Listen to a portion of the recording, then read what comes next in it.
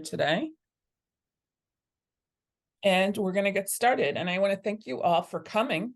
Today's presentation is called The 4 P's of Marketing. Today is Friday, October 13th. Hope you're not too superstitious. It'll be a lucky day for you. I'm your presenter, Deborah Gallant. I have worked at Entrepreneurs Forever for a little over a year, but I've been a coach for small businesses for 20 years, working with individuals and small groups. We already did the introductions. We're going to talk a little bit about our organization, and then we're going to get right into the meat of it. So, big disclaimer, this presentation does not take the place of professional advice from your own paid advisors, but hopefully we can give you some good thought starters or jumping off points and help you get going. So we already did this part. A little bit about Entrepreneurs Forever. Some of you may or may not know. I know there are some members, and we welcome you. Our mission is to empower all small business owners to grow thriving businesses that sustain their families and support their communities. We do that with peer groups, and I think many of you are in these peer groups, with one monthly 2-hour Zoom meeting with 10 to 12 like-minded business owners, a professional facilitator. I am one of them. Leonella is actually one of the facilitators of our Spanish group. There's structured and unstructured time, updates and accountabilities, and we have learning elements on specific topics. We're not a networking group, not a casual drop-in program or a leads program, and we don't have classroom teaching. For anyone who wants to know more and isn't already a member, you can scan this with your phone and look it up later. I don't want to spend too much time on it, but you are more than welcome to investigate becoming a member. So we shared some of the biggest marketing challenges. And I'm going to just recap some of what I heard here, because actually in the recording, they won't have heard this. We heard that people are needing new leads, how to leverage referrals, how to sell to new marketplaces, how to raise awareness, how to get the word out in a virtual world, how to get more eyeballs on your product, making sure that your messaging is on track with your ideal clients, making time to do the marketing, how to move to a new marketplace, finding clients who will have a conversation with you. And here's the interesting thing, is there are lots of ways to look at marketing, but the way that we're going to look at today is something called the 4 Ps. And yes, I have an MBA, and this is one of the things they teach you. It's just one way to look at the marketing and sales puzzle. What are the 4 Ps and why do they matter to small business? And each P, and those are the 4 Ps there, can be as a lever that you can adjust to make things work for your marketing. They're product, price, promotion, and place. And if that doesn't make sense to you, don't worry, we're going to make sense of it. There is a worksheet, and I'm going to stop sharing for just a moment so that I can attach it to this. 1 second. I want to be able to give you all, I will tell you that this is not the world's most exciting handout, but it gives you something to play along with if you want to file. There we go. All right, so I just sent you the attachment. All it does is give you sort of a worksheet to follow along. And hopefully you will find that helpful. Who knows if that's true or not, but we'll hope so. Okay, so back to here and share screen again. All right. Sorry, I'm not the world's best with this. There we go. All right. So the first P is product. And this is thinking about what you sell and if there are variations on it. Cindy, I love that you're taking pictures. I will send you the deck tomorrow, I promise. Actually, I'll send it later today, but it doesn't matter. You can still take pictures. I love that you think it's great and you want to take pictures. The question is, are there higher or lower priced options? Are there add-ons? Can you bundle or package it in different ways? And then asking yourself, am I checking in to ensure that what I'm selling meets customer needs? So if I think about some of the things that you guys have talked about, you'd say, well, Mike is in a consulting business. Is he packaging what he sells in a way that actually meets his customer needs? Cindy wants to sell her art prints to offices, but what if you started with the offices and you said to them, if you were buying art, what size, what price point are you interested? Do you want it framed? Do you want it not framed? Do you want it packaged? Starting from what do they want? One of our members actually is an artist, Kirsten Lowe Rebel, does Pittsburgh art. She does these beautiful graphic art designs. What if she actually took her art and sold it to the city of Pittsburgh as a mural, which would be kind of cool, right? A mural of what you're looking at. There are ways to take what you already do. So we have our face painter. Where else could they be using face painting other than at birthday parties and at fairs and festivals? I don't know. Could you do a corporate event? Would that be a silly, wonderful thing to do? Or a high-end party? You need to think about, can you take what you think of as your core product and make it work in a different way? I want to ask Heidi, if you're still here, if you can unmute. You have Christmas themed products. Have you thought about doing other holiday themes? So actually the entire store is Christmas themed. Mrs. C is Mrs. Claus, but no, I haven't. Only because I try to stay true to the brand and kind of keep it Christmas all year round. So I all I would say is, if you're looking for new ideas, Halloween is almost as big as Christmas is now. Right. So, I mean, so you're saying the Claus family doesn't celebrate Halloween or the 4th of July? They do, but always in a Christmas way. So you could have a picture of Mrs. Claus with a mask. I mean, there's ways to do things. All I'm saying is, if you can expand your idea of what your offering is, Paula, I think what's really interesting about what you said about your communications agency is you're fully bilingual. Could you be the New England place for bilingual marketing? Because being just another marketing agency in New England is not that interesting, but being the people who know how to talk to both Americans in the US and bilingual Americans. So you need to think, is the product that I'm bringing to market the one that my clients are most excited and engaged about? So this is the classic example. Which iPhone is right for you, right? They have these different price points, and you can buy up, you can buy down. If you're in a gift shop, you can buy the entry-level package, you can buy the middle package, and you can buy the premium package. By the way, if you offer multiple packages, almost always people go for the middle one. So if you know that when you're going out to sell, Mike has his mini package, his maxi package, and his middle package, put all your effort into creating value in the middle, because that's what people buy. It's just one of those facts. And then there's the other accessories. I don't know what Apple's breakdown is of the stuff that goes along with your iPhone, but I don't know about you. When I bought my latest phone, they told me I needed a new kind of charger. Did anyone else get that message? Oh, this one charges so much faster. I'm led to understand that that's not so true. And I paid, I don't know, $29 for the extra new charger. Oh, it's so fast and so powerful. It's like, yeah, the old one would have worked. They have figured out that what they can sell to that same customer might be more than they knew it was.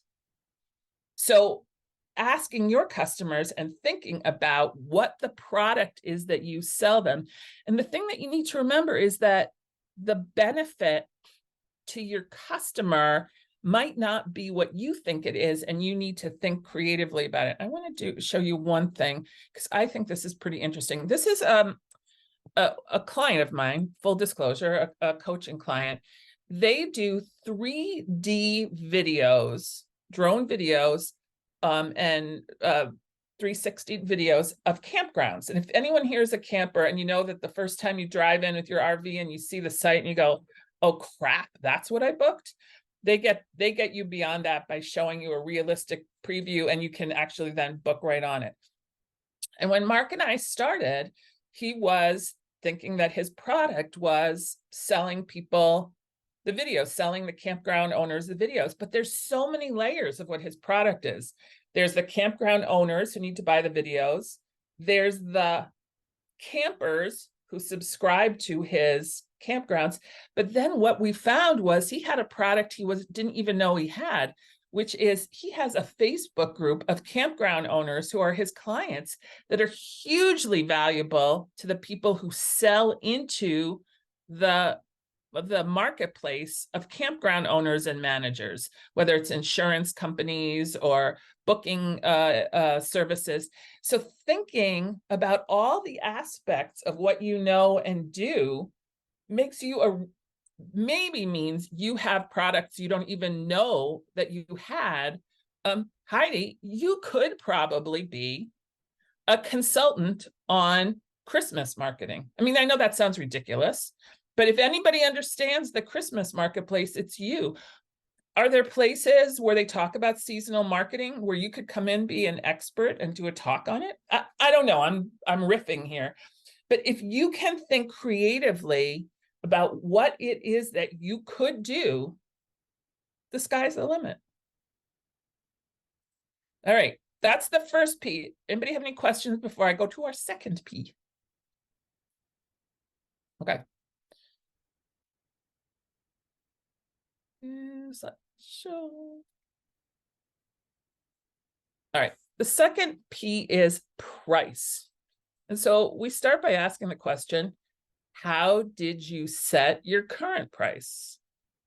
Now, if you're selling online, you know really quickly if there's price resistance because it's called an abandoned shopping cart. Who here sells in e-commerce and watches that statistic? Anybody? But my earring lady. No? No one? Sorry, I couldn't unmute. Yes, I do. I look at that all the time. Average cart price, all of the numbers and what people lean towards. And I design around that median price. Tell us what you've learned. Yeah, so typically our average cart price is anywhere between like 55 to 75, which could be like 1 to 2 pairs of earrings on average.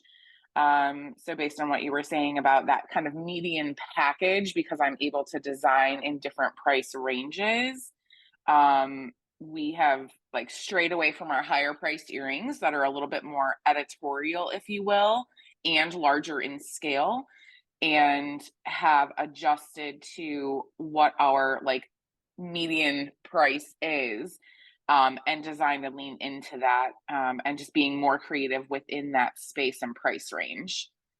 That's great. So do you ever see people, have you tracked what's going on with your abandoned shopping cart? For those of you who don't know e-commerce, an abandoned shopping cart is when you've put your stuff in the shopping cart, you're ready to check out, and then you don't ever close the deal, you don't enter your credit card, which actually gives the seller a ton of information short of paying them, right? Because you didn't actually buy the thing. But usually it's pretty interesting for analysis.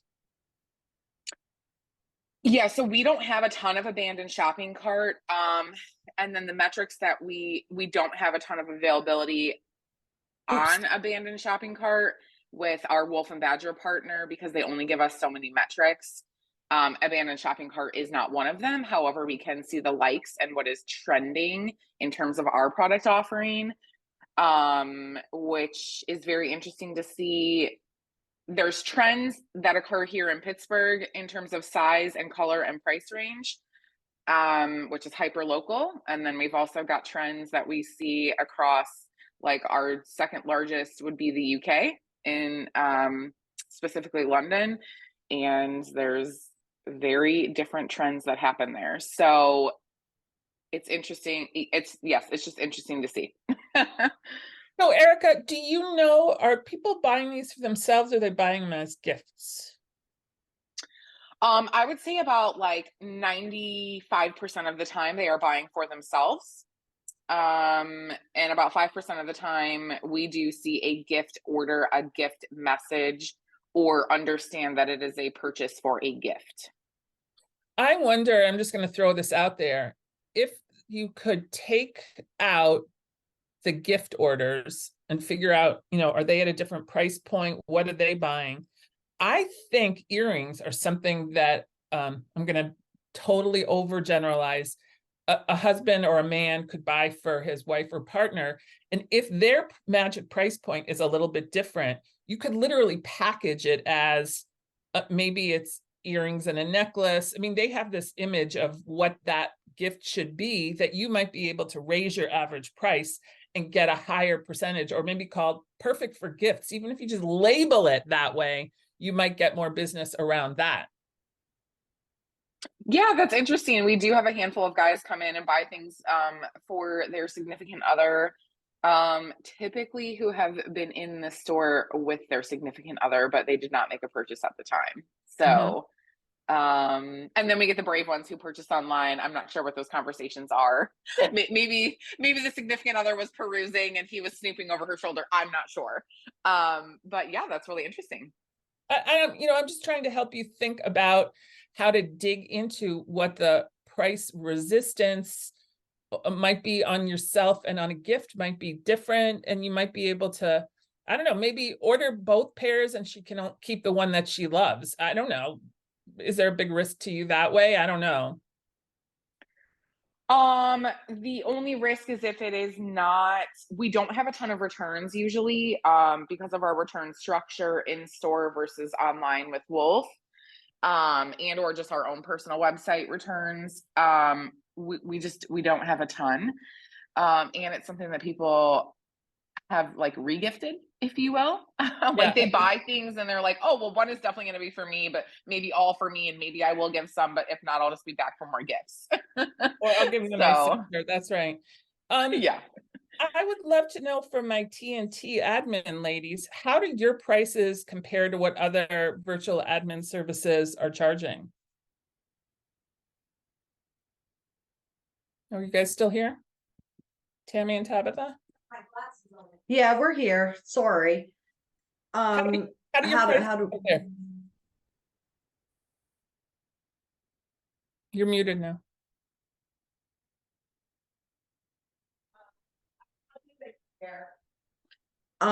So sorry guys, I'm having a problem with my mute button. I think that we're probably average for our price point. We have it listed 4 different packages on our website. I think though in the small area, we find that within the smaller rural areas that they find that it's maybe too much for them. They don't like that price point. So we've been talking about that a lot actually lately. If you go to your CPA, it's going to actually, for what we do, it's going to cost you between $250 to $300 for what we do. If you come to us, it's only going to cost you $65 to $130. And getting that message out there is really what's hard for us. Well, I'm wondering if maybe the local market isn't really your market, because even though you're in Western PA, there's Mike in the Berkshires might need a VA, and your prices are your prices, and he's not going to compare it to the locals. He just wants to know you could do it. I will also say, if I go back to what the product is, you need to be really clear in your marketing that your work is being done by people who live in the USA and speak English, because a vast majority of virtual assistant services that you can find are being done in the Philippines or India. And what a difference to be in the same time zone and to be done by a native English speaker. And that's without discriminating. I don't mean anything bad. Philippine VA could be terrific, but having to work with someone who's 8-hour time difference and doesn't speak English as their first language, that's pretty different. Right. Yeah. Oh, absolutely. I mean, that's really good information. I guess I didn't really think of it that way. Yeah, I think that matters. So I want to ask you this question, and this is really an open question because I'm always puzzled. What makes that Rolex worth $35,000? Do we really think there's $35,000 worth of labor and materials in it? It's all about the name. I brand. think. It's about Also, the I'd like to recommend, since they're so cheap being in Western Pennsylvania, man, big cities would be a gold mine for them, right? Because they're paying big money for people there. And if they can save half the price because you're in a smaller city and offer a smaller price, I would aim at high cost of living areas. That's really helpful, James. And in fact, you know, you could go to some Pittsburgh area networking meetings and go, because we're a small town, we charge small prices, or our cost of living is less, or something like that. You could certainly have some interesting conversation on that. But let's talk a little bit more about Rolex. Does anyone here own a Rolex? I don't own a Rolex. You do, James? What made you buy a Rolex? I inherited it from my grandfather. That's why it's worth $35,000. He bought it in like the 50s, I think. What does this brand mean, though? Success, right? Luxury. It's what the brand associates. I mean, what people associate the brand with is it's Exactly right. its status is, if you're seen with one of these on your wrist, it means that you can afford a watch that's $35,000. So it means that you have a lot of money that you can spend on these luxury items, so other people can see you. That's great. Thanks, Paul. I should have known the marketer would come up with that. Here's what I want to remind you, and maybe I should have shown a different kind of an example, but if you price too low, you will devalue what you do and people will wonder what it's worth. My best example of this is I worked for a while in my early career as the marketing director at a radio station, WBGO, the jazz radio station out of Newark, New Jersey. And we had little, I want to say buttons made that said, "I love jazz," or something like that. When we gave them away, nobody wanted them. When we sold them for $1, they lined up for them. We had to associate a value with them. And I hate for anyone to lead with a low price as what they do. Offering value is good, but also you will find, I have found this universally, every client I've ever worked with, when they raised prices and they didn't lose business, they were like, oh, I guess I should have done this sooner. So you need to reality check this for yourself. You know, if you're charging, I don't know, pick a number, $7.50 for something, if you raise it to $8.25, nobody is going away. It's not that big of a difference. And if that covers your expenses and makes you more profitable, then you need to think about it. So that's 2 P's. We're going to go to the third P, is place. And this is asking, what distribution channels are you using? Wholesale, retail, online, and how does each of the channels impact the others? And what are online sales like? So in some cases, this isn't all that relevant. James sells his, you know, recruiting services right to the client. But let's say Heidi, who has the Christmas shop, could you have a corner of the Christmas tree shops to sell your products? Could you be distributing through someone else? Could you have the Christmas display in every gift shop in Pittsburgh of your products within their store? There are ways to get your message out there. Paula, my idea for you is to just take what you do and say, okay, I'm here from Chile. Let me help your Spanish-speaking customers, and be a subcontractor for every marketing agency in Boston. And all of a sudden, you don't have to sell anything. You could be their subcontractor. Unless you have a strong need to have your name on the door, like, who cares? As long as you get the work, right? Does it matter? Tabitha, you could go to an accountant or multiple accountants and go, let me be your back office person, and let them mark up what you do and have them go and sell it. There are lots of ways to think about how to get the word out about what you do.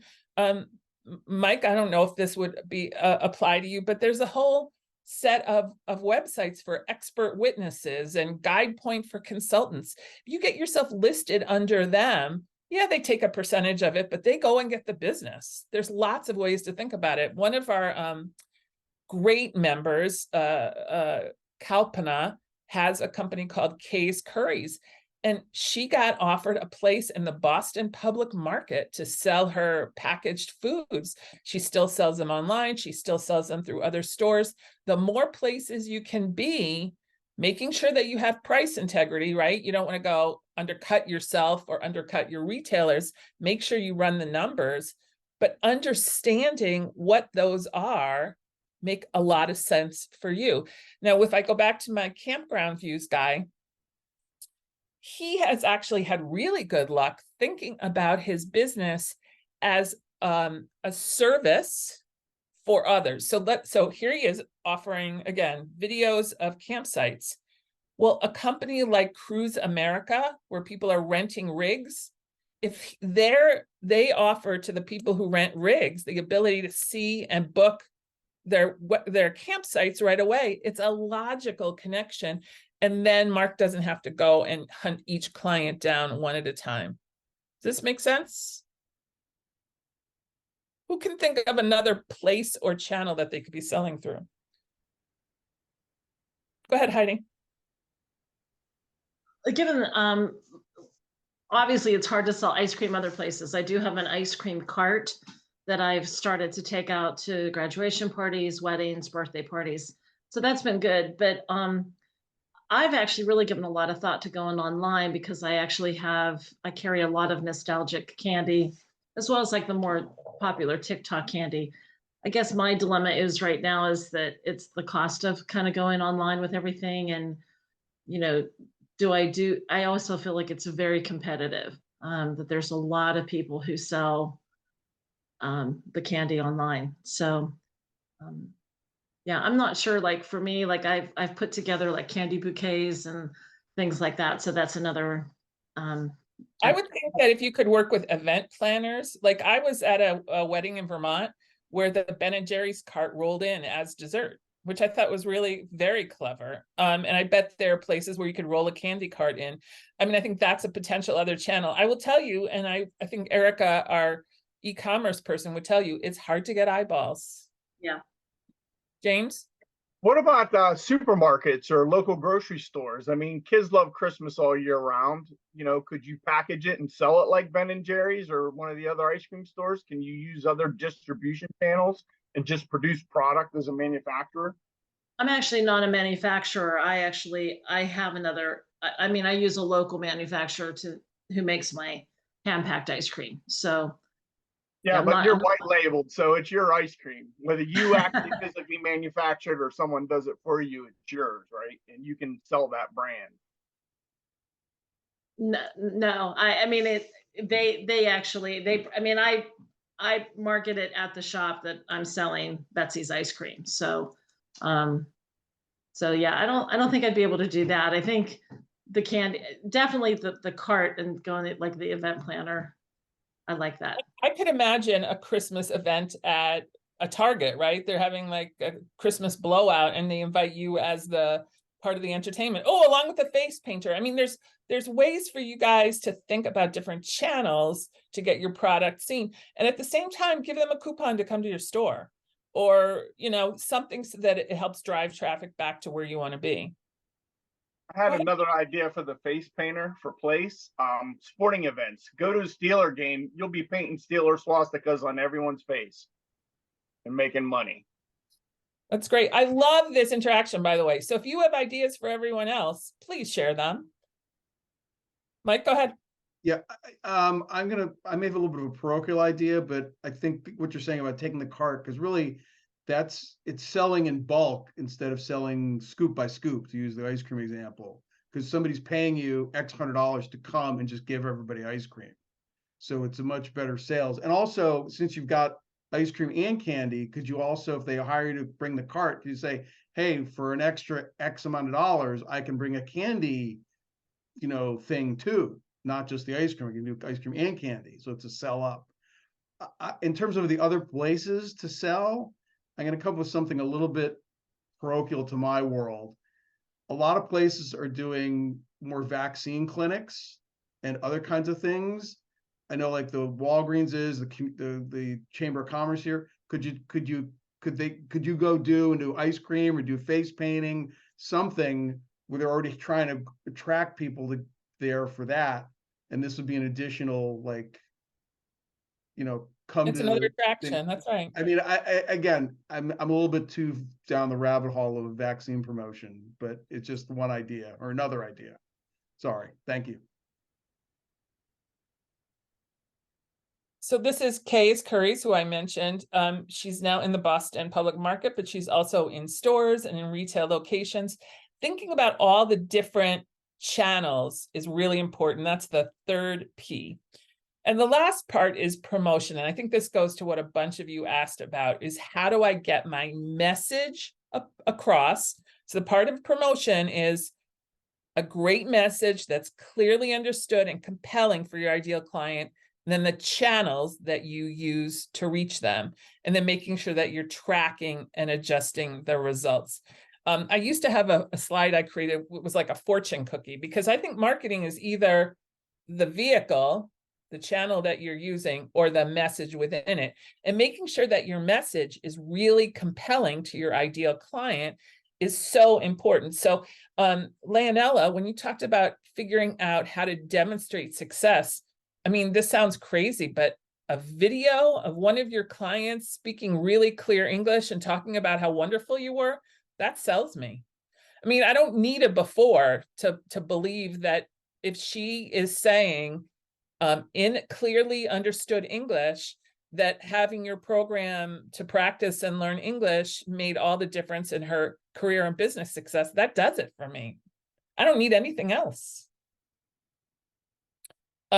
James, I wonder, how have you been messaging to the referrals that you want more referrals from them?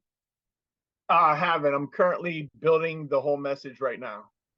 But what's your technique going to be? Because there's both the what do you say, and then how do you connect and get that message across? Right now, I'm trying to get my message consistent through, one thing I've realized, if you change a message, depending on how many websites you are, you got like 10 different places to change it. So trying to get the message very consistent. Then we're looking at doing video introductions through LinkedIn connections. First of all, that's, everyone I know, just tell them, we're coming up with a story. This is what we do. Tell them the story. If you know anyone that may benefit, please let us know, or make an introduction. We're going to actually ask for introductions versus referrals. I'll tell you that one of the ways I've seen LinkedIn work, and I don't know if this works for you or not, is to go into someone's a contact of yours, connect with me, connect with Mike Miller, and then look at who I know and say, oh, Mike, you used to work with X. Do you feel comfortable making that introduction? Because if it comes from me or comes from Mike, they're like, oh, Deborah thinks I should talk to James Stokes, so I guess I should talk to James Stokes, which feels more of a personal. I understand what you're saying about being consistent on your message across everything, and that is totally important. But when it comes to referrals, especially in this internet world, there's so much noise. So when I asked Paula if she was Kevin's sister, that just meant something to me. She just gained in credibility just because I could connect her and her last name. If Paula doesn't connect with me on LinkedIn, then it's her fault, because she now has that opportunity to do that. And then to say, oh, Deborah, you know somebody who works at that marketing agency in Boston who I want to talk to, and does that follow-up. I'm not sure it's mass marketing as much as targeted, very intentional marketing. I did write down your name, Deborah, to look you up on LinkedIn afterwards. So yes, I'm doing my job. Because here's the thing, is not everybody is going to be about mass marketing. For Heidi to sell Christmas themed candy and ice cream, yes, that's pretty much mass market. Though finding the event planners, she may well want to use LinkedIn, because in fact, Tanya, who's one of our regulars at these events, does event planning. We have Stacy Barlow Hill, runs Encore Events, who is an employee of Entrepreneurs Forever. These people are really good for you to know in the Pittsburgh area. But when it comes to something that is such an important executive level decision, it's a one-on-one introduction. Mike? Mute. Take myself off mute. I can't remember who it was. Might have been James. but he said something that really just resonated with me, is asking for introductions rather than referrals. And I think I've been asking people to refer me to any of their contacts or connect me with their contacts. I think being a more active, specific request, like introduce me to the people who could use my services. Well, this is why I'm saying if you go good. to LinkedIn and see who I know, and then you could say, Deborah, you know, X, Y, and Z who I'd really like to meet. Now, some of them may be just those casual connections that I don't really know. But if one or two of them turn into a conversation that can lead to a real thing, and David, who was having a hard time getting people to have that conversation with him, if you come in through a warm lead, almost anyone will give you 15 minutes and talk to you. And maybe there'll be somebody else that they know, it won't be them, but at least you've got a conversation started. So can you elaborate more on that, Deborah, about using LinkedIn and mutual connections? And yeah, so let's say you really want to talk to somebody who works at the NIH. I know you know people there already. If you look at my LinkedIn connections, you can see my connections. okay. And you could say, oh, look, Deborah knows the head of clinical research. Now, he turns out he was my first boyfriend back in college, and I haven't been in touch with him in 40 years. But if I did know him, I might be able to do that introduction either within LinkedIn or outside of LinkedIn if I am good enough business colleagues with him to have his email address and feel like he would respond to it. And when that happens, people respond. I know it's worked for other people. Yeah, okay, yeah, that makes sense. I thought there might be something more. Nope. Well, there's Okay. actually two ways of doing that. You can also do it massively going to your network and just clicking on second connections. So that brings up second connections of everyone in your network. Oh, that's with an interesting. Introduction. Yeah. One other thing I'd like to say about introductions is teach them how you want them to introduce you. Give them the answer so they don't have to create it. Give them That's draft text of email, how you want to be portrayed in or that. at least maybe a meaty paragraph. So what I did was I would say, dear so-and-so, long time since we talked. This email is to introduce you to Amanda who blah, blah, blah. And then I put Amanda's paragraph, her contact info, and then I let them take it from there. It makes their job easier. Yeah. And in the LinkedIn world, I distinguish between the real connections and the rando connections. Random people you've just kind of met once. And there's some that sort of are in the middle. It's like, did I know you? Did I meet you somewhere and I connected with you? You know, whatever. But LinkedIn can be great. But here's the thing that I want to point out is that the promotion that you do and how you make this happen may not be what you think of as, you know, oh, I need to have an Instagram account. Yeah, but Heidi better have an Instagram account. I mean, we want to see happy people eating ice cream, but to get to event planners isn't going to be because she has a good Instagram. It's because somebody introduced her to an event planner who said, how could I use this and make it work to do what I'm doing better? All right.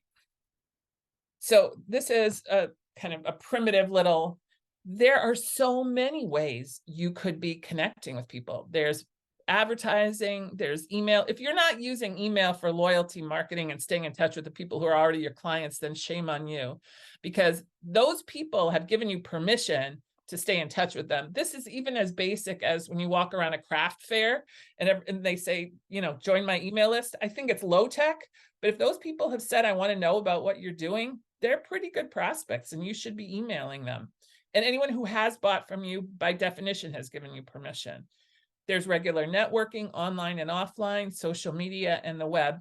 And then making sure, and maybe I should have gone back to this at the beginning, this is understanding who your ideal client is, because if you haven't done that, then the rest of this doesn't make sense. But as you're thinking about marketing, some of that might expand and change. So Paula came in to this conversation saying she wants to rebuild an agency here.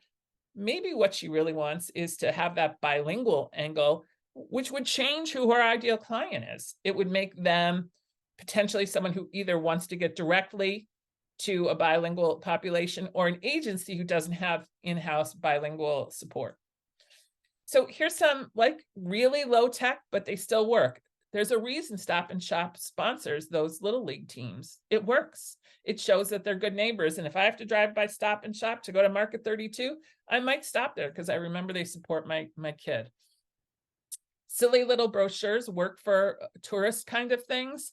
Mad Max is a big IT support company here, and they bought a billboard. I thought it was really nice. So people still use promotional items. They do radio interviews. There's lots of ways to get the word out, and it's not just website and social media.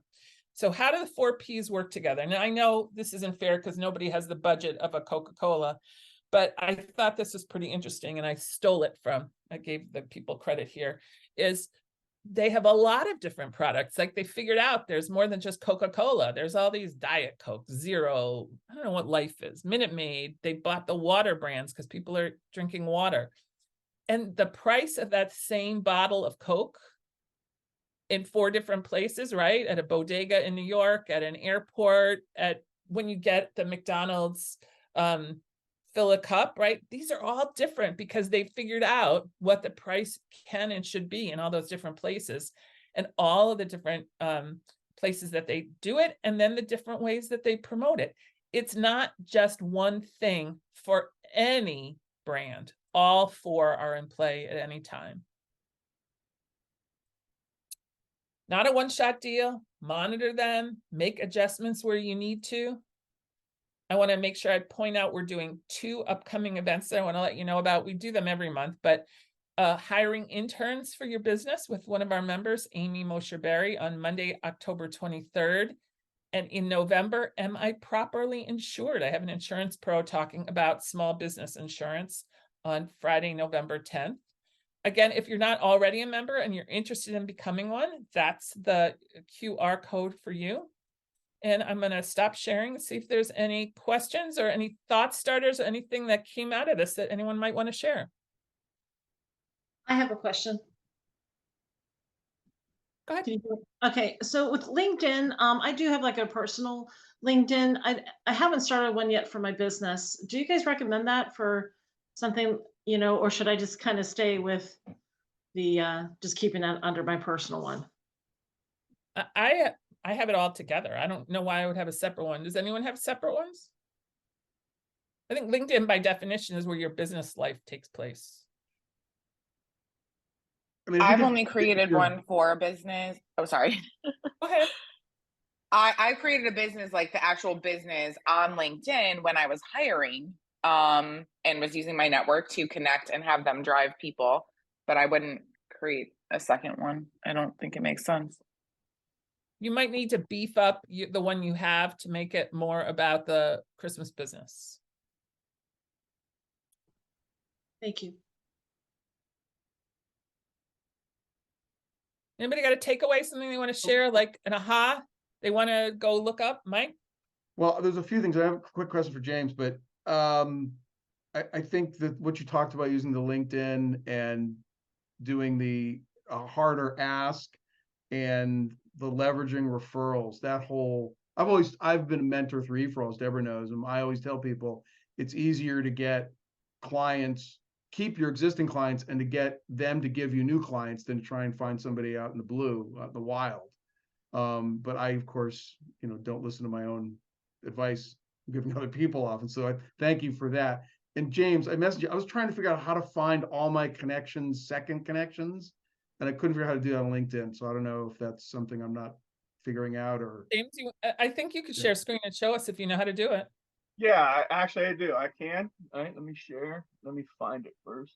Because I don't have a premium account. I don't know if that's a requirement. No, that has nothing to do with it.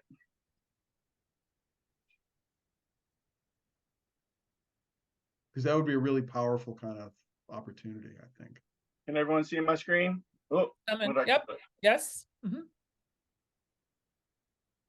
Work right, not your LinkedIn. Yeah, I hit. Okay. I try to get the screen. There we go. So if you go to my network, my connections, manage my network. Uh-huh. We're with you. Taking time. Hang on. So search with filters. then come up here and put second, get rid of your firsts, show results, and that'll give you everyone in your network's connections. Wow. Isn't that amazing? Okay, except the number you'll- I've got, what's your number say? 1.27 million people? Yeah. How else could you filter it? Could you filter it by You can do by Pittsburgh or locations and other things. Well, Yeah. you can go all filters and, you know, I don't know if the Zoom screen's blocking this, but Yeah, yeah, this is we're great. seeing it. all filters, You can do it by United States, by Locations. companies, by, not moving for me. Let me, by industry, yeah, by language. You can narrow that down. Thank you, James. That's very helpful. I would have gotten there So in helpful. 3 Thank you. hours. Yeah. Terrific. Anyone else have any other final thoughts? It is 9:31 and I promised you only an hour. Well, and of course you can filter it by a specific person. Who does this person already know? That's an easy one. But yeah, yeah. thank you, James. Very helpful. Mhm. And thank you, Deborah. And there's I put my LinkedIn in if anyone wants to connect as well. If you need a great recruiter. We all know you. Thank you all so much for spending this hour with me. If you are not already a member and you want to look into it, we hope we hear from you. And hopefully I'll see you at one of our future programs. Thank you so much. Bye-bye. Thank you. Thank you. Bye, everyone.